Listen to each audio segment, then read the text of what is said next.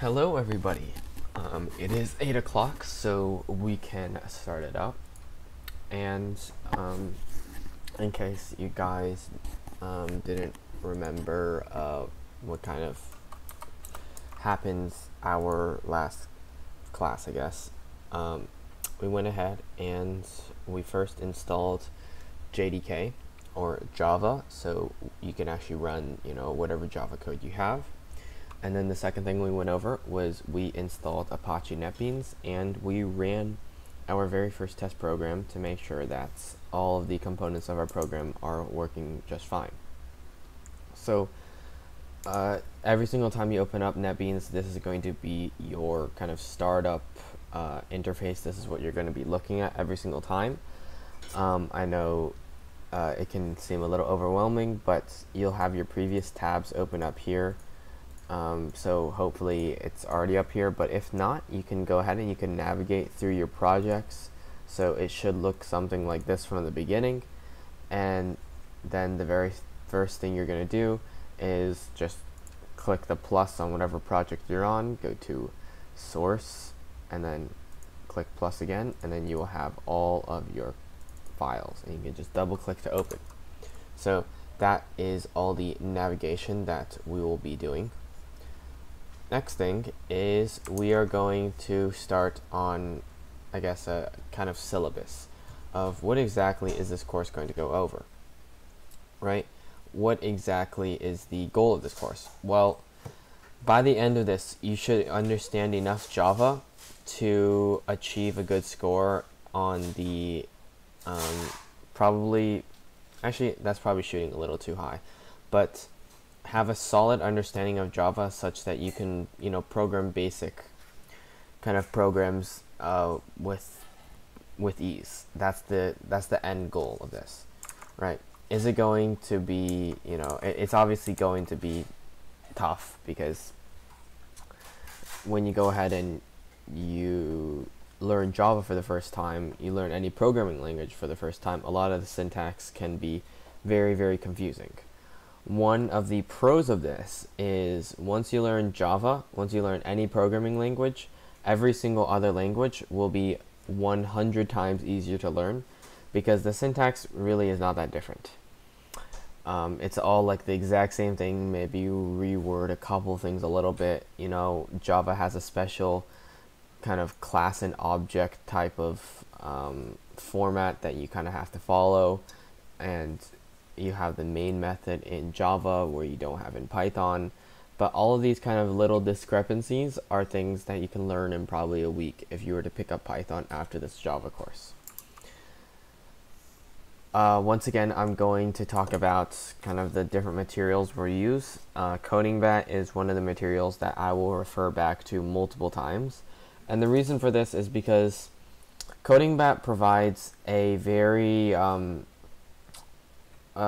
sound kind of boundary for you guys to kind of check where you're at, essentially. It's by no means something that you should kind of follow in order to learn, because I feel like if you do that, you'll get stuck on those specific examples and you won't actually learn it. Instead, we are going to start from our very basics. Before we even start looking into the actual Java code, I want you guys to understand exactly what makes Java Java. So I'm sure you guys have heard of many other programming languages. Probably most notably for you guys, you've probably heard Python and Java, right? Well, the other ones, another big language is C and C++. It's a little bit of a higher up language. You guys might not have heard of that one, as you have heard of Python and Java. But C and C++ is very, very prominent as well. And you're like, wait, why are there all of these languages, right? Why is there so many things when we just program, we want this exact same thing to happen, right? Whatever we write, we want it to happen on paper, right? Or rather, on our IDE. Well, the difference here comes in the fact that the implementation from your code to communicating with your computer, the steps that each programming language takes is very different. And you're like, okay, well, why does that matter, right? Well, when you go ahead and you look at these languages, there's many different pros and cons of each language. And in the case of, making these new languages, you often want to balance out the pros and cons in a way that's, favorable for the user. In the case of Java, the reason why you would want to use it at a higher level, not really understanding what's going on underneath, it's a very standardized language, meaning that it's not really slang. You have to follow the very specific steps. You cannot, skip anything. It's like crossing your T's, dotting your I's, right? I think that's the phrase, at least. But basically, they're not lenient, and you have to put the effort into making sure that you follow the syntax. Many times you'll find yourself forgetting. And the reason for this is because it's not really self-explanatory, right? Why would you do that? It's kind of like writing an essay, but a simplification of your actual essay, right? So Java in the back scene is they've created something that's called cross-platform almost communication, I would like to say, or cross-platform availability. And essentially what this means is that whether you're on a Windows computer, whether you're on a Linux computer, whether you're on a Mac, any computer, right? Each of these computers has a different operating system. And essentially that means that your computer processes things different than other computers. And as a result of this, if I were to write a program in Python on a Windows computer, it would be interpreted differently in a Mac. Because there is no effort to, cross-platform communicate. Instead, in Java, they kind of bind this cross-platform thing by creating something called JVM, Java Virtual Machine. You can do more research into this yourself later on. I'm just going to give a very, very brief, high-level explanation. Essentially, JVM is there to convert whatever writing you are into the proper code for whatever operating system your computer has. And you're like, wait. Why are we converting it into other code, right?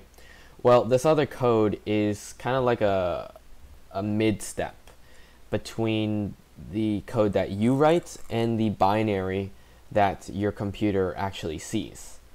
This kind of mid-level code is called machine code, or bytecode, bytecode, and it is then converted into machine code.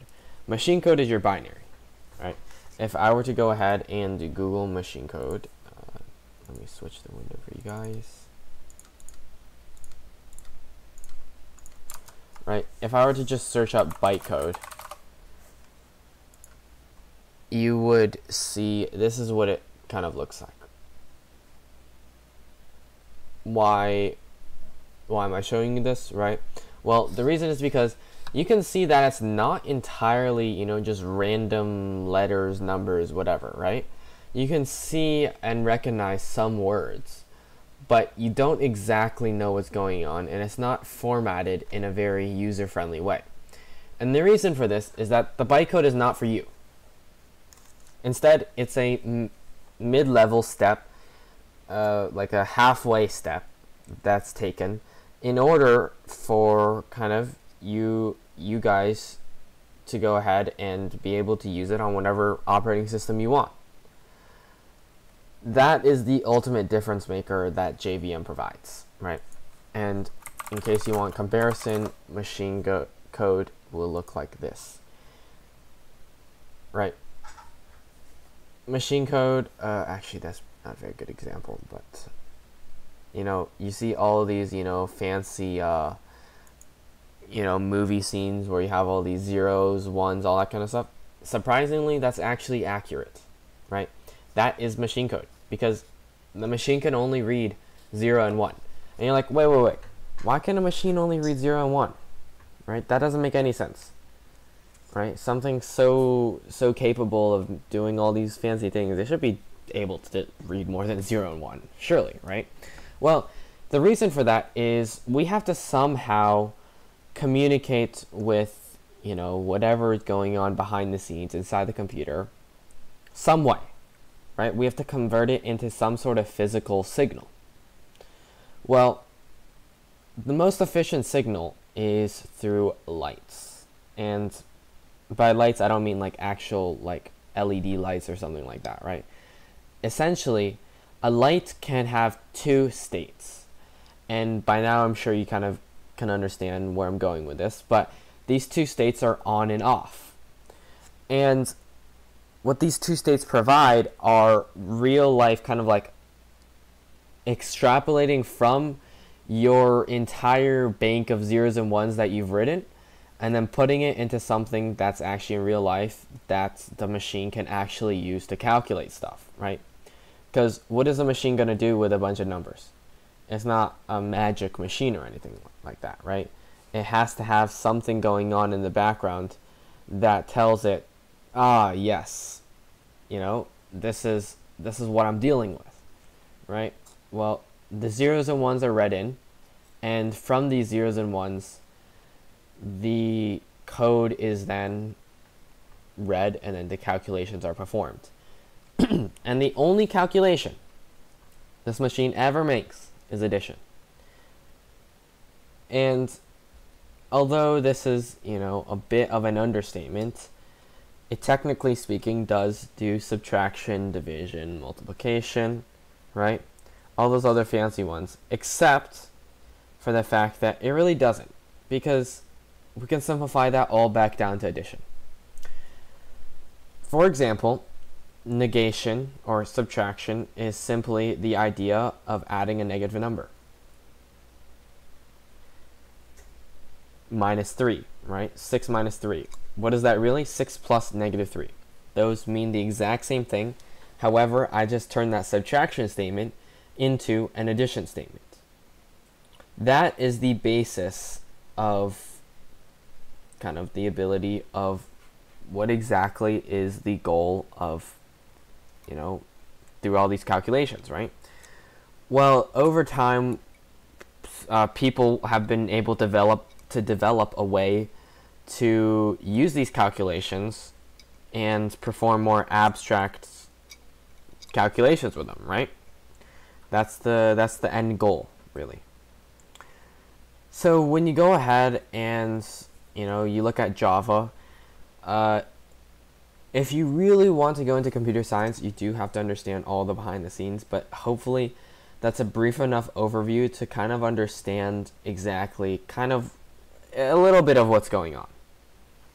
So the purpose of a machine in the end is like, it's like a calculator, right? It just does a bunch of computational things, right? But somehow we were able to turn those computational things into things like, you know, YouTube, video games, Google search, different programs on your computer, you know, music, Spotify, you know, your browsers, your email,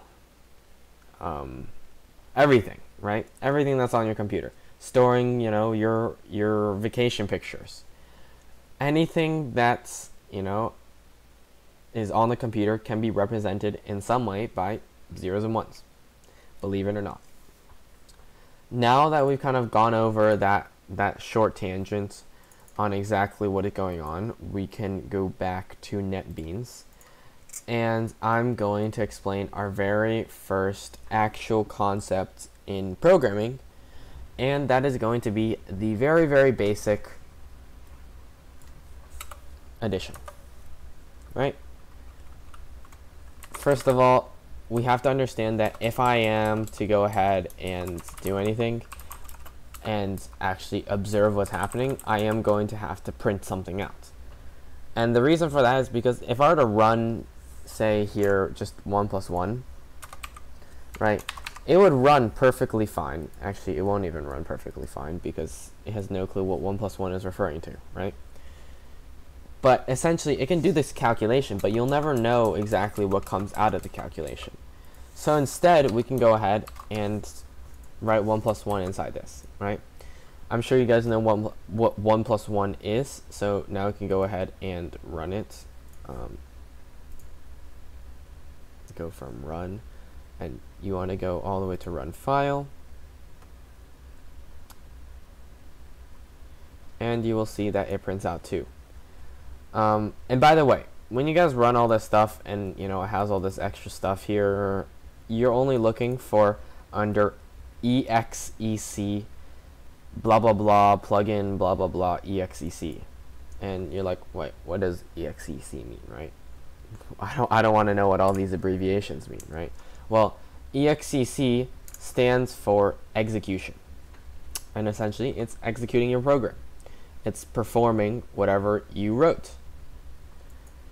That, in its essence, is how every language will work. And in this case, the execute goes to the main method in order to do any of its actual actions. Like if I have another function, it won't go to that function first, because that's not the main method. So, now that we've established this, we can now go on and get a little more complicated, right? Maybe no more 1 plus 1. Alright, let's try 1 plus 2. Right, and we can see that it will go ahead and print out 3. Now what happens if I want to try 1 minus 2, right? Oh, we're getting a little complicated now. Not only are we doing subtraction, but we're going into the negatives, and we will see it just prints out -1. And we're going to do this with all 4 of our basic, I guess, basic operations.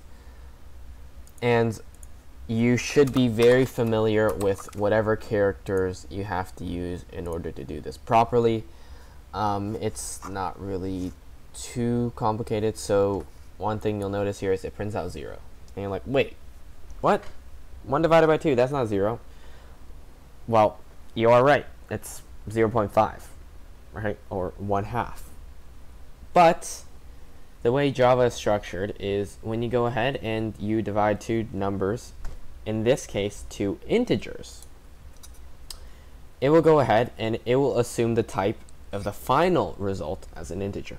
And Java always rounds down. It could be 0.9999999, and it will still round down to 0. Why that's the case, I'm not entirely sure, but it is standard, so it is easy to remember. That's the important part. Once it's easy to remember, it's easy to apply, and it's easy to not get confused by. And you're like, wait, I want to get 1.5, right? Well, very easy. 1.0 divided by 2.0. And you will see now it will go ahead and print out 0.5. Hopefully, this new explanation, I guess, whatever you want to call it, makes a little bit more sense. We are introducing the idea of typing, right? Typing is an abstract concept. If I were to put it into a short, I guess, burst of words, it would be kind of like you want to do something, but you have to narrow it down, right? If I want to go ahead and I want to perform an activity, right, I need to know what kind of activity. Is it going to be academic? Is it going to be physical? Is it going to be emotional? Like if I'm going to watch a movie, is it going to be an action, an adventure, a thriller, a horror, a fantasy, science fiction, right? You have all these genres. Essentially, that's what a type is. It's a genre. It's a genre of variables. And when you go ahead and you define this genre, you can't change it. You can't go back on your word, right? You say, oh, tonight I want to watch an action film. Well, now that you've decided it, you can no longer go back. Let me see if I can find a good analogy. It's like you go to your grocery store and you want to buy cereal. Once you go ahead, you grab that cereal off the shelf, you pay for it, you can't go back and you say, I don't want this cereal anymore. You've dedicated yourself to that cereal, and if you want another type of cereal, you have to go back to the store and you have to buy another box. So, does this mean, I can't have Krispy Kreme is donuts. I can't have, you know, like Frosted Flakes and Cinnamon Toast Crunch at once. No, no, no, you can't. But they can't be in the same box, nor can you go ahead and return, you know, your Frosted Flakes, right? You've already bought it. You've already committed yourself to it. And that's what's happening behind the scenes. When you go ahead and you create a variable, you are dedicating a memory slot in your computer to that variable. Meaning that when you go ahead and you run that program, it is creating that memory spot. You've now bought that cereal, right? You've created that transaction and you can't go back on it, right? So if I were to go ahead and say create a variable, let's say variable 1, right? And I want to define it, right? So ignore the red underline for now because we still need to define the typing. But I want to go ahead and I want to buy a string, right? In this case, I want to create a string variable. So it's just going to be called string. I can technically just go ahead and do this.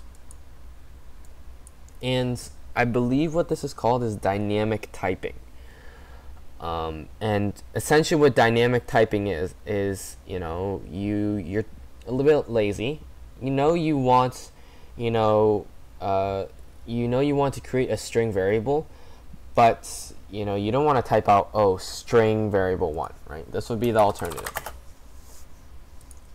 Actually, I'm not entirely sure how you have to write that out. I'll have to figure that out in a second.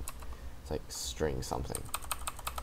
But it is going to be highlighted in green, I believe, if you are to go ahead and type that out. And remember your semicolon, guys. I think it's string. Yeah, there we go. It's string. And string is going to kind of tell the computer, all right, variable 1 is a string, so the only thing you're going to be storing here is a string. Now, back onto the topic of dynamic typing. It's not in Java. All right. You have to go ahead and you have to define the type. In Python, that's not the case. Dynamic typing does exist. But that is because in Python, you can return things, right? You go ahead, you create a variable. It's not dedicated to only a string. It can become an integer, right? It can become a number. And, you know, in our cereal analogy, essentially that means you can return your Frosted Flakes, right? Even if it's a used box, and you can get back, you know, your Cinnamon Toast Crunch, right? That hopefully gives you a good enough understanding. And now that you've kind of, you know, experienced this, I want you to go ahead and understand that with all variables, we can add them together. And we can add the same exact variable to itself. Just like that. And you're like, wait, what does that do? We're adding strings. Well, if you can guess, that just means that you print string. Just like that. So now that you've been exposed to the possibilities, I'll give you guys about a minute to kind of understand or to experiment around with different operations with our newly found string variable.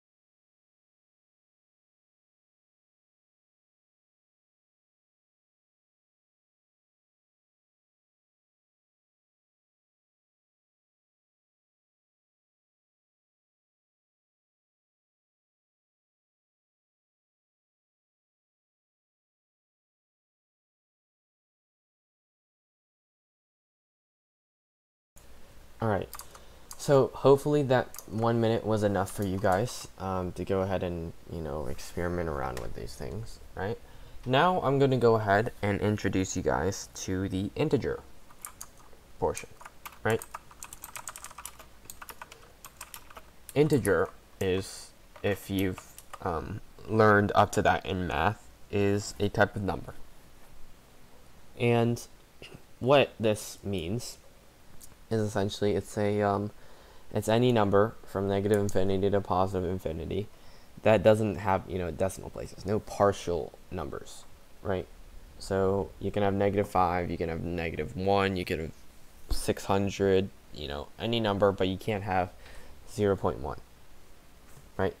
So essentially that's the limits of an integer.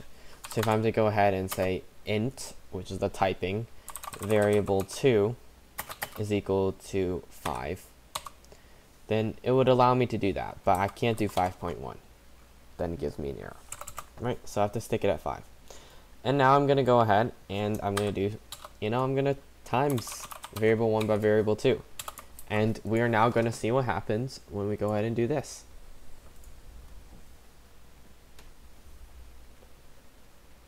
Ooh, build failure.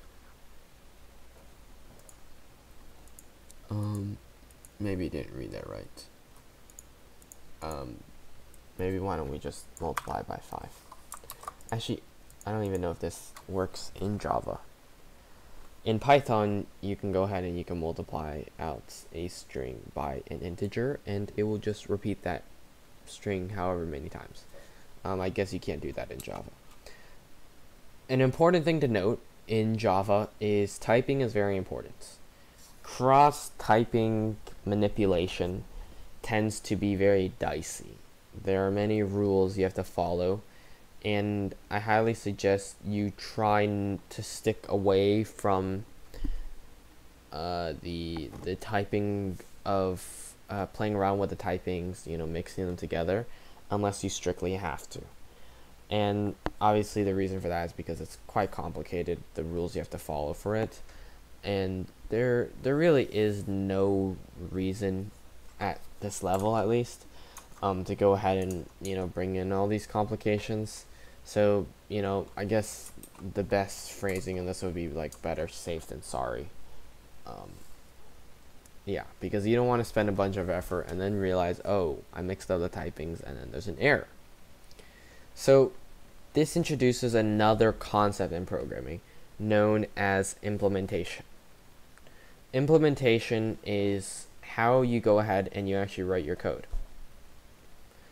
And when I say this is like, oh yeah, you can go ahead and you can, name variable as variable 1 or, Bob, right? Or this is my number or something like that, That's not what I really mean. I mean your logic behind it, right? If I'm going to go ahead and say do 5 times 5, I can do this two ways.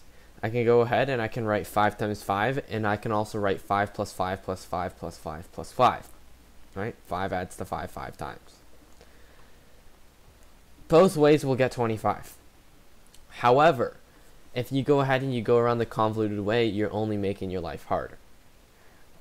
In my example, it's very easy for you to go ahead and identify the fact that adding all the 5s together is the most inefficient way.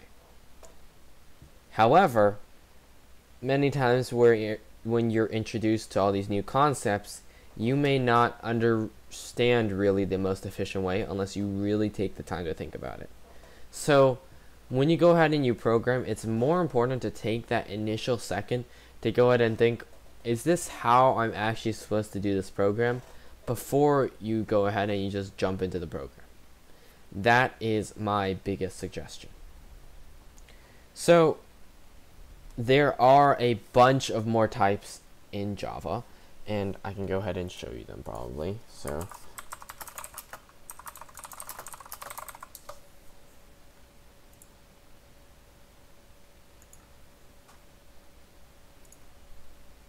let's go ahead and switch this. So W3 Schools is going to be a very good website if you want to learn anything programming related. You can see that it has a lot of languages, right? Currently we are in Java, so these are going to be the data types. So this is called primitive, and I won't bother explaining the difference between primitive and the other types this class. So primitive stays with byte, short, int, long, float, double, boolean, and char. So you'll notice that string is not in this list, and that is because it's not a primitive data type. So you can read the descriptions here. I can give you guys a minute for that.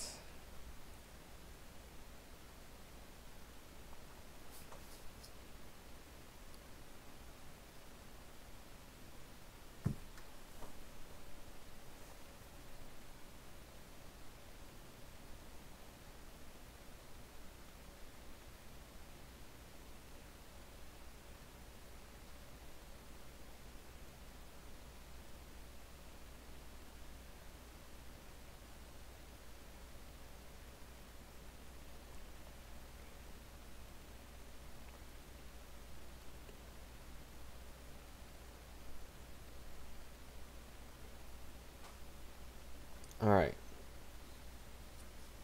Hopefully you guys have read this over. It's not really too long of a reading, and you can go through all of these yourself later. Nothing really preventing you. Now, your non-primitive data types are going to be data types that we will touch on much later. Most of them, except for our strings, right? Strings are going to, actually we'll do strings and arrays. So strings is exactly what we said before. It's going to be, hello, bye, all these kinds of things. Any kind of, combination of letters and characters you want to put together, right? The second one is going to be array. Array is like a list, right? You have a shopping list, right? That is exactly what an array is, except the list inside programming, or the array, contains different stuff. It doesn't contain, your shopping, groceries, that kind of stuff. Instead, it will contain, say, your all your integers you want to keep inside this list, all your data points, right? You go ahead, you perform an experiment. You see how many balloons you can pop in a minute.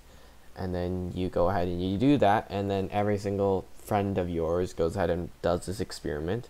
And you want to record all these down, right? Well, you don't want to make 60 variables, right? You just want to make one variable, and you want to keep all 60 values in that one variable. That's what an array is for.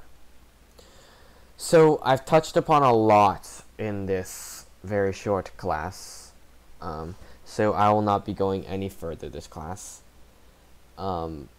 Again, this is very, very abstract stuff at the moment. You won't be applying most of this for a little bit longer, but data types is what's so unique about Java, at least in comparison to like Python, right? You have to define your type, and you have to stay within your typing. Other than that, I mean, there's not really much else we're going to be going over. So if you have any questions, feel free to ask them right now. If not, I will see you guys next week, and we will begin our ascent into actually learning more implementation of Java and, our other data types that we haven't quite explored yet. So remember, all you need to do if you want to learn about this is just Google all the types in Java, and then you'll find a bunch of websites. Any of them works. Obviously, first option, laziest option, it works just fine. W3 Schools is very good. So if you guys do not have any questions, then I will be seeing you guys next week. Thank you everyone for watching, and I guess I'll see you guys next week. Thank you.